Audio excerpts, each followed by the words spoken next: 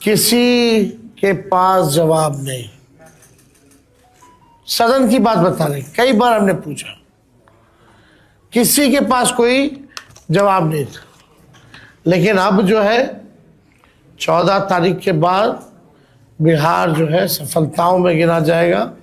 सबसे विकसित राज्यों में बिहार जो है गिना जाएगा, जहाँ फूड प्रोसेसिंग यूनिट्स लगेंगे, जहाँ एग्रो बेस्ड इंडस्ट्री लगेगी, जहाँ पढ़ाई, दवाई, कमाई, सिंचाई की अच्छी व्यवस्था होगी, जहाँ आईटी हब होगा, एजुकेशनल सिटीज़ होंगे, सुपर स्पेशलिटीज़ हॉस्पिटल बनेंगे और किसी बिहारी भाई को दूसरे राज्य ना जाना पड़े, ऐसा बिहार जो है हम लोग बनाएंगे।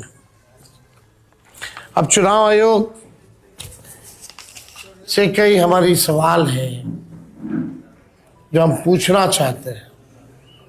हालांकि आप लोगों ने तो सराय रंजन या समस्तीपुर का देखा ही होगा कि पर्चियां जो है किस हिसाब से वीवीपैट का फेंका हुआ था। 8%, यानी हमने आपको आंकड़ा दिया 208 कंपनियां भाजपा शासित राज्यों में से।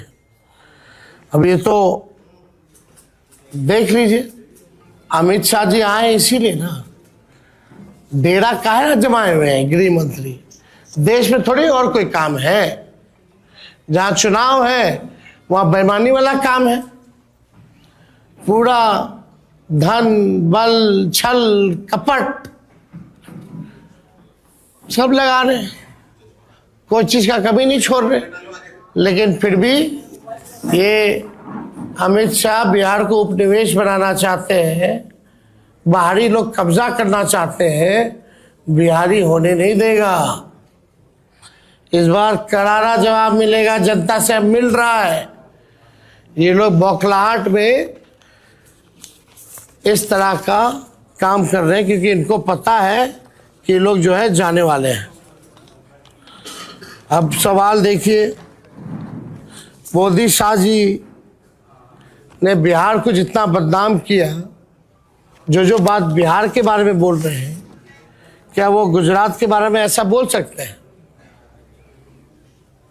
गुजरात में क्या क्या बातें करेंगे, वो फैक्ट्री की बात करेंगे, उद्योग की बात करेंगे, और यहाँ अगर उनकी पूरी भाषा, पूरा वाक्य देखिएगा या शब्दों का चयन देखिएगा तो नेगेटिव, नकारात्मक।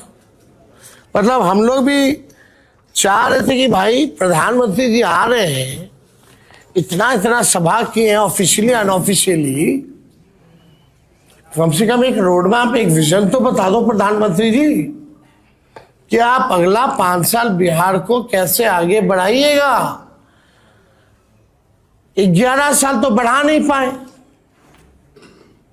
प्रधानमंत्री रहते हुए, 20 साल में बिहार आगे बढ़ा नहीं। अब जो है जुमलेबाजी और तरह तरह के गाने फाने जो है गा रहे, कोई मतलब नहीं है। प्रधानमंत्री आजकल लगता है कि भाई पता नहीं कौन सा वेब सीरीज देख रहे हैं भाई। इतना फुर्सत का समय प्रधानमंत्री के पास, कौन सा वेब सीरीज प्रधानमंत्री देख रहे हैं, समझ में नहीं आ रहा। तेजस्वी यहाँ कलम बांटता है, नौकरी बांटा, आपको नजर नहीं आया प्रधानमंत्री जी? हाँ, प्रधानमंत्री जी ने जितना, इनको सब लोगों की नजर है अधिकारियों पर, प्रशासन पर, जनता सजग है, सब लोगों पर जो है नजर डाली हुई है। बात अब देखिए इलेक्शन कमीशन, पहला चरण का मतदान कब हुआ? 6 नवंबर को। आज हम बैठ के पीसी कर रहे हैं 10 नवंबर को। 4 दिन बाद भी आंकड़े जो है सार्वजनिक नहीं किए गए हैं कि पुरुष ने कितने मतदान किए और महिलाओं ने कितने मतदान किए। कोई भी ऑफिशियल आंकड़ा नहीं आता। पहले भी मैनुअली, पहले के जमाने में तो उसी दिन उसी समय बता देता था मैनुअली, आजकल तो टेक्नोलॉजी का जमाना है। फिर भी ये आंकड़ा क्यों छुपाया जा रहा है, सबसे बड़ा मेरा प्रश्न है। 4 दिन हो गया, यानी आप समझिए, मान लीजिए 11 को अगर वोटिंग है और 14 को रिजल्ट है, तो आपको 14 तक पता ही नहीं चलेगा कि कितने पुरुष और महिलाओं ने वोटिंग की। This is a joke. कितना टेक्नोलॉजी का जमाना है, एआई का जमाना है। ये बताओ, अमित शाह और मोदी जी के राज में इलेक्शन कमीशन ठप हो गया है। अरे भाई, इतना तो पहले के जमाने में उसी दिन उसी वक्त मैनुअली लोग निकाल करके दे देता था कि इतना प्रतिशत जो है पुरुषों ने मतदान किया, इतनी प्रतिशत जो है महिलाओं ने मतदान किया, और ये उम्र के लोगों ने इतना इतना मतदान किया। आप मीडिया के लोग यहाँ हैं, विद्वान लोग हो, जरा बताइए, आप लोगों को जानकारी में है क्या ये? कहीं भी ऑफिशियली ये बात आई है? Where is election commission? मतलब भाजपा जितना पाप करेगा, सब पे पर्दा इलेक्शन कमीशन डालेगा। भाजपा पाप करता रहे, इलेक्शन कमीशन उसका पाप धोता रहे। इलेक्शन कमीशन टूल बन गया, लग रहा है मर गया है। ये तो सिंपल सी बात है भाई।